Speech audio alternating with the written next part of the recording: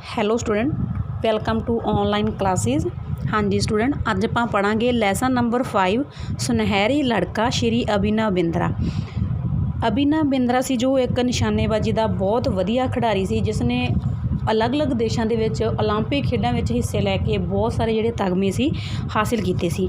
ਇਸ ਲੈਸਨ ਦੇ ਵਿੱਚ ਆਪਾਂ ਅਭਿਨਵ ਬਿੰਦਰਾ ਦੇ ਮੁੱਢਲੇ ਜੀਵਨ ਬਾਰੇ, ਉਸਨੇ ਨਿਸ਼ਾਨੇਬਾਜ਼ੀ ਦੀ ਜਿਹੜੀ ਸਿਖਲਾਈ ਸੀ ਉਹ ਕਿੱਥੋਂ ਲਈ ਸੀ, ਉਸ ਦੇ ਅੰਦਰ ਜੋ ਨਿਸ਼ਾਨੇਬਾਜ਼ੀ ਦਾ ਸ਼ੌਂਕ ਸੀ ਕਿਸ ਤਰ੍ਹਾਂ ਜਾਗਿਆ ਸੀ, ਉਸਨੇ ਇਸ ਖੇਡ ਦੇ ਦੁਆਰਾ ਆਪਣੇ ਕਿਹੜੇ-ਕਿਹੜੇ ਜਿਹੜੇ ਤਗਮੇ ਸੀ ਹਾਸਿਲ ਕੀਤੇ ਸੀ, ਉਸ ਦੇ ਬਾਰੇ ਪੜ੍ਹਾਂਗੇ। ਫਸਟ ਆਫ ਆਲ, ਇਤਿਹਾਸਿਕ ਨਿਸ਼ਾਨਾ। 11 ਅਗਸਤ 2008 ਨੂੰ ਸੂਰਜ ਦੀ ਪਹਿਲੀ ਕਿਰਨ ਨੇ ਜਦ ਧਰਤੀ 'ਤੇ ਦਸਤਕ ਦਿੱਤੀ ਤਾਂ ਬ੍ਰਾਜ਼ੀਲ ਓਲੰਪਿਕ 'ਚ ਨਿਸ਼ਾਨੇਬਾਜ਼ੀ ਦੇ ਮੁਕਾਬਲੇ 'ਤੇ ਨਜ਼ਰਾਂ ਟਿਕਾਈ ਬੈਠੇ ਕਰੋੜਾਂ ਭਾਰਤੀਆਂ ਦੇ ਦਿਲਾਂ ਦੀ ਧੜਕਣ ਦੀ ਟਿਕ-ਟਿਕੀ ਹੋਰ ਤੇਜ਼ ਹੋ ਗਈ, ਕਿਉਂਕਿ ਇਸ ਮਹਾਂਕੁੰਭ ਵਿੱਚ ਭਾਰਤ ਦੇ ਅਭਿਨਵ ਬਿੰਦਰਾ ਤਕੜੀ ਚੁਣੌਤੀ ਦੇ ਰਹੇ ਸਨ। ਇਸ ਕਸ਼ਮਕਸ਼ ਮੁਕਾਬਲੇ ਦੌਰਾਨ ਅਭਿਨਵ ਬਿੰਦਰਾ ਦੇ ਦਿਮਾਗ 'ਚ ਕਈ ਤਰ੍ਹਾਂ ਦੇ ਜਿਹੜੇ ਵਿਚਾਰ ਸੀ ਉਹ ਉਤਪੰਨ ਹੋ ਰਹੇ ਸਨ। ਉਸ ਦੇ ਪਸੀਨੇ ਦੀ ਇੱਕ-ਇੱਕ ਬੂੰਦ ਕਰੋੜਾਂ ਭਾਰਤੀਆਂ ਦੇ ਸੁਪਨੇ ਦੀ ਤਰਜਮਾਈ ਕਰ ਰਹੀ ਸੀ। ਸਮੁੱਚਾ ਭਾਰਤ ਅਤੇ ਉਸ ਦੇ ਮਾਤਾ-ਪਿਤਾ ਸਾਹ ਰੋਕ ਕੇ ਰੱਬ ਅੱਗੇ ਉਸ ਦੀ ਜਿੱਤ ਲਈ ਅਰਦਾਸਾਂ ਕਰ ਰਹੇ ਸਨ। ਬੇਸ਼ੱਕ ਅਭਿਨਵ ਬਿੰਦਰਾ ਸੀ ਜੋ ਇੱਕ ਮੁੱਢਲੇ ਗੇੜ ਵਿੱਚ ਥੋੜ੍ਹਾ ਪਛੜ ਗਿਆ ਸੀ, ਪਰੰਤੂ ਉਹ ਆਪਣੀ ਇਕਾਗਰਤਾ ਨੂੰ ਬਰਕਰਾਰ ਰੱਖਦਾ ਹੋਇਆ ਸਹੀ ਨਿਸ਼ਾਨਾ ਲਗਾਉਣ ਲਈ ਯਤਨ ਕਰਦਾ ਰਿਹਾ। ਅਖੀਰ ਉਸ ਨੇ ਆਪਣੀ ਜ਼ਿੰਦਗੀ ਦੇ ਬਿਹਤਰੀਨ ਨਿਸ਼ਾਨਾ ਸਾਧਿਆ, ਜਿਸ ਦੇ ਨਾਲ ਉਹ ਓਲੰਪਿਕ ਖੇਡਾਂ ਵਿੱਚ ਵਿਅਕਤੀਗਤ ਸੋਨ ਤਗਮਾ ਜਿੱਤਣ ਵਾਲਾ ਪਹਿਲਾ ਭਾਰਤੀ ਖਿਡਾਰੀ ਬਣ ਗਿਆ। ਜਦ ਉਸਨੇ ਆਪਣੀ ਕੋਚ ਗੈਬੀ ਵਿਦੇਸ਼ੀ ਕੋਚ ਵੱਲੋਂ ਵੇਖਿਆ ਤਾਂ ਉਸਨੇ ਜਿੱਤ ਦਾ ਨਿਸ਼ਾਨਾ ਬਣਾਉਂਦਿਆਂ ਹੋਇਆਂ ਦੱਸਿਆ ਕਿ ਉਸਨੇ ਜਿਹੜਾ ਪਹਿਲਾ ਸਥਾਨ ਹਾਸਲ ਕਰ ਲਿਆ ਹੈ। ਉਸਨੇ ਓਲੰਪਿਕ ਖੇਡਾਂ ਵਿੱਚ ਨਵਾਂ ਰਿਕਾਰਡ ਬਣਾਇਆ। ਇਸ ਤਰ੍ਹਾਂ ਅਭਿਨਵ ਬਿੰਦਰਾ ਨੇ 10 ਮੀਟਰ ਏਅਰ ਰਾਈਫਲ ਸ਼ੂਟਿੰਗ ਵਿੱਚ ਭਾਰਤ ਦਾ ਨਾਂ ਓਲੰਪਿਕ ਖੇਡਾਂ ਦੇ ਇਤਿਹਾਸ ਵਿੱਚ ਸੁਨਹਿਰੀ ਅੱਖਰਾਂ 'ਚ ਲਿਖਵਾਇਆ। ਆਓ ਇਸ ਨਿਸ਼ਾਨੇਬਾਜ਼ੀ ਦੇ ਜੀਵਨ 'ਤੇ ਝਾਤ ਮਾਰੀਏ। ਹਾਂਜੀ, ਫਸਟ ਹੈ ਅਭਿਨਵ ਬਿੰਦਰਾ ਦਾ ਮੁੱਢਲਾ ਜੀਵਨ। ਅਭਿਨਵ ਬਿੰਦਰਾ ਦਾ ਜਨਮ ਪੰਜਾਬ ਦੇ ਬੁੱਕਲ 'ਚ ਵਸਦੇ ਜ਼ਿਲ੍ਹਾ SAS ਨਗਰ ਮੋਹਾਲੀ ਦੇ ਕਸਬਾ ਜ਼ਿਕਰਪੁਰ ਵਿਖੇ ਇੱਕ ਸਿੱਖ ਪਰਿਵਾਰ ਵਿੱਚ 28 ਸਤੰਬਰ 1982 ਈਸਵੀ ਨੂੰ ਪਿਤਾ ਡਾਕਟਰ ਅਪਜੀਤ ਸਿੰਘ ਬਿੰਦਰਾ ਅਤੇ ਸ਼੍ਰੀਮਤੀ ਬਬਲੀ ਬਿੰਦਰਾ ਦੇ ਘਰ ਹੋਇਆ। ਉਹ 2 ਭੈਣ ਭਰਾ ਹਨ। ਉਸ ਨੂੰ ਪਰਿਵਾਰ ਵਿੱਚ ਸਭ ਤੋਂ ਛੋਟਾ ਹੋਣ ਕਰਕੇ ਮਾਤਾ ਪਿਤਾ ਵੱਲੋਂ ਬਹੁਤ ਜ਼ਿਆਦਾ ਲਾਡ ਪਿਆਰ ਮਿਲਿਆ। ਅਭਿਨਵ ਬਿੰਦਰਾ ਨੇ ਮੁੱਢਲੀ ਸਿੱਖਿਆ ਦੂਨ ਸਕੂਲ ਦੇਹਰਾਦੂਨ ਮਤਲਬ ਕਿ ਦੇਹਰਾਦੂਨ ਅਤੇ ਸੈਂਟ ਸਟੀਫਨਜ਼ ਸਕੂਲ ਚੰਡੀਗੜ੍ਹ ਤੋਂ ਹਾਸਿਲ ਕੀਤੀ। ਉਸਨੇ BBA ਦੀ ਪੜ੍ਹਾਈ ਵਿਦੇਸ਼ ਵਿੱਚ ਜਾ ਕੇ ਪ੍ਰਾਪਤ ਕੀਤੀ।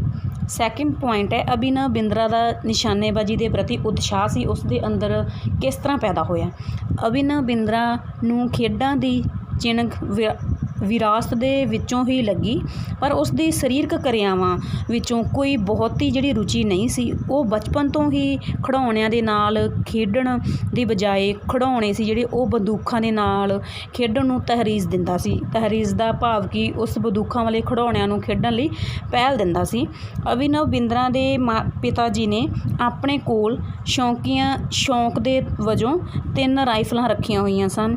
ਇੱਕ ਦਿਨ ਉਸ ਦੇ ਪਿਤਾ ਜੀ ਨੇ ਰਾਈਫਲਾਂ ਨੂੰ ਸਾਫ਼ ਕਰਕੇ ਤੇਲ ਦੇ ਰਹੇ ਸਨ। ਉਹਨਾਂ ਨੂੰ ਇੱਕ ਰਾਈਫਲ ਵਿੱਚ ਨੁਕਸ ਲੱਗਿਆ। ਉਹ ਨੁਕਸ ਵਾਲੀ ਰਾਈਫਲ ਠੀਕ ਕਰਵਾਉਣ ਲਈ ਗਨ ਸ਼ਾਪ ਭਾਵ ਕਿ ਰਾਈਫਲਾਂ ਦੀ ਦੁਕਾਨ, ਜਿਹਨੂੰ ਆਪਾਂ ਕਹਿੰਦੇ ਹਾਂ ਗਨ ਸ਼ਾਪ, ਦੇਹਰਾਦੂਨ ਵਿਖੇ ਗਏ। ਉਸ ਸਮੇਂ ਉਹਨਾਂ ਨਾਲ ਜਿਹੜੇ ਅਭਿਨਵ ਸੀਗੇ ਬਿੰਦਰਾ ਉਹ ਵੀ ਚਲਾ ਗਿਆ।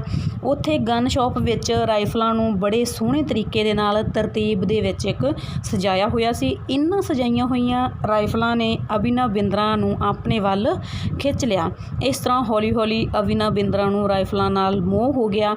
ਅਭਿਨਵ ਬਿੰਦਰਾ ਉਸ ਸਮੇਂ ਮਸਾਂ 10 ਕੁ ਸਾਲ ਦਾ ਹੋਵੇਗਾ ਜਦੋਂ ਉਸ ਦੇ ਪਿਤਾ ਜੀ ਨੇ ਉਸ ਨੂੰ ਆਪਣੇ ਸਾਹਮਣੇ ਰਾਈਫਲ ਚਲਾਉਣ ਦੀ ਆਗਿਆ ਦਿੱਤੀ। ਅਭਿਨਵ ਦੇ ਪਿਤਾ ਜੀ ਨੇ ਉਸ ਦੇ ਜਨਮ 'ਤੇ ਉਸ ਨੂੰ ਏਅਰਗਨ ਤੋਹਫੇ ਵਿੱਚ ਦਿੱਤੀ। ਇਸ ਦੇ ਨਾਲ ਉਸ ਦੇ ਜਿਹੜੇ ਮਾਤਾ ਜੀ ਸੀ ਉਹ ਕਾਫੀ ਚਿੰਤਤ ਸਨ, ਕਿਉਂਕਿ ਅਭਿਨਵ ਹਾਲੇ ਛੋਟਾ ਬੱਚਾ ਸੀ। ਪਰ ਅਭਿਨਵ ਜਿਹੜਾ ਤੋਹਫੇ ਵਿੱਚ ਮਿਲੀ ਏਅਰਗਨ ਨਾਲ ਬੋਤਲਾਂ ਅਤੇ ਕੱਚ ਦੀਆਂ ਸ਼ੀਸ਼ੀਆਂ 'ਤੇ ਨਿਸ਼ਾਨੇ ਲਗਾਉਣ ਲੱਗਿਆ। ਉਸਦੇ ਪਿਤਾ ਜੀ ਨੇ ਉਸ ਲਈ ਆਪਣੇ ਇੱਕ ਮਿੱਤਰ ਡਾਕਟਰ ਕੋਲੋਂ ਦਵਾਈ ਵਾਲੀਆਂ ਖਾਲੀ ਜਿਹੜੀਆਂ ਸ਼ੀਸ਼ੀਆਂ ਸੀ ਉਹ ਲਿਆ ਕੇ ਦਿੱਤੀਆਂ ਤਾਂ ਜੋ ਜਿਹੜੇ ਅਭਿਨਵ ਬਿੰਦਰਾ ਸੀ ਜਿਹੜਾ ਇਹਨਾਂ ਸ਼ੀਸ਼ੀਆਂ 'ਤੇ ਨਿਸ਼ਾਨੇ ਲਗਾ ਸਕੇ ਅਤੇ ਆਪਣੀ ਜਿਹੜੀ ਨਿਸ਼ਾਨਿਆਂ ਦੀ ਕਲਾ ਸੀਗੀ ਆਪਣੇ ਅੰਦਰ ਉਸ ਨੂੰ ਪੱਕੀ ਮਜ਼ਬੂਤ ਕਰ ਸਕੇ। ਉਸਦੇ ਪਿਤਾ ਜੀ ਨੇ ਉਸ ਨੂੰ ਨਿਸ਼ਾਨਾ ਲਗਾਉਣ ਦੀ ਮੁੱਢਲੀ ਸਿੱਖਿਆ ਦਿੰਦੇ ਰਹੇ।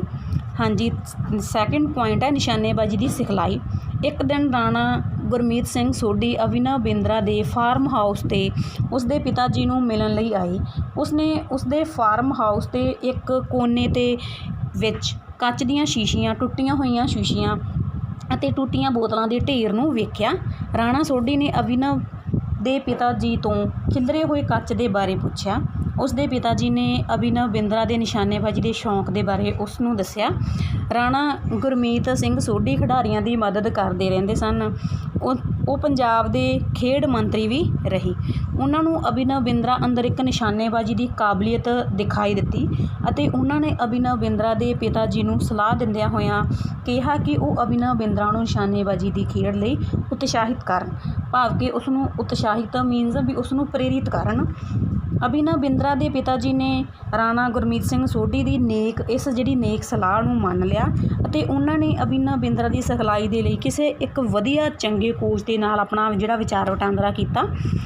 ਆਖਰ ਦੋਹਾਂ ਨੇ ਅਭਿਨਵ ਬਿੰਦਰਾ ਨੂੰ ਰਾਣਾ ਗੁਰਮੀਤ ਸਿੰਘ ਸੋਢੀ ਦੇ ਦੋਸਤ ਕੋਚ ਲੈਫਟੀਨੈਂਟ ਕਰਨਲ ਜਿਹੜੇ ਜੰਗੀਰ ਸਿੰਘ ਢਿੱਲੋਂ ਤੋਂ ਸਿਖਲਾਈ ਨੂੰ ਦਿਵਾਉਣ ਦਾ ਮਨ ਸੀ ਜਿਹੜਾ ਬਣਾ ਲਿਆ। ਪਰ ਇਸ ਗੱਲ ਦੀ ਕੋਈ ਗਰੰਟੀ ਨਹੀਂ ਸੀ ਕਿ ਕੋਚ ਜਿਹੜਾ ਢਿੱਲੋਂ ਸੀ ਉਹ ਅਭਿਨਵ ਨੂੰ ਸਿਖਲਾਈ ਦੇਣ ਦੇ ਲਈ ਸਹਿਮਤ ਹੋਵੇਗਾ ਕਿ ਨਹੀਂ, ਕਿਉਂਕਿ ਕੋਚ ਸਾਹਿਬ ਨੇ ਆਪਣੇ ਕਾਫੀ ਜਿਹੜੇ ਰੁਝੇਵੇਂ ਸਨ ਉਸਦੇ ਆਪਣੇ, ਪਰ ਫਿਰ ਵੀ ਸੋਢੀ ਸਾਹਿਬ ਨੇ ਅਭਿਨਵ ਦੇ ਪਿਤਾ ਨੂੰ ਕੋਚ ਢਿੱਲੋਂ ਨਾਲ ਗੱਲ ਕਰਨ ਦਾ ਭਰੋਸਾ ਦਿੱਤਾ। ਅਭਿਨਵ ਬਿੰਦਰਾ ਨੇ ਕੋਚ ਢਿੱਲੋਂ ਨੂੰ ਇੱਕ ਪੱਤਰ ਲਿਖਿਆ ਕਿ ਉਹ ਉਹਨਾਂ ਕੋਲ ਨਿਸ਼ਾਨੇਬਾਜ਼ੀ ਦੀ ਸਿਖਲਾਈ ਲੈਣਾ ਚਾਹੁੰਦਾ ਹੈ।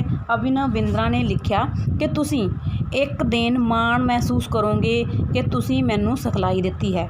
ਕੋਚ ਢਿੱਲੋਂ ਨੇ ਅਭਿਨਵ ਦੇ ਇਸ ਪੱਤਰ ਤੋਂ ਕਾਫੀ ਸੀ ਜਿਹੜਾ ਉਹ ਪ੍ਰਭਾਵਿਤ ਹੋਇਆ, ਕਿਉਂਕਿ ਅਭਿਨਵ ਬਿੰਦਰਾ ਦੀ 13 ਸਾਲ ਦੀ ਉਮਰ ਵਿੱਚ ਇਸ ਲਗਨ ਅਤੇ ਇਸ ਉਤਸ਼ਾਹ ਨੂੰ ਦੇਖ ਕੇ ਜਿਹੜਾ ਕੋਚ ਢਿੱਲੋਂ ਸੀ ਉਸ ਨੇ ਆਪਣੇ ਮਨ ਨੂੰ ਜਿਹੜਾ ਸਿਖਲਾਈ ਦੇਣ ਦਾ ਉਸ ਨੂੰ ਮਨ ਬਣਾ ਲਿਆ।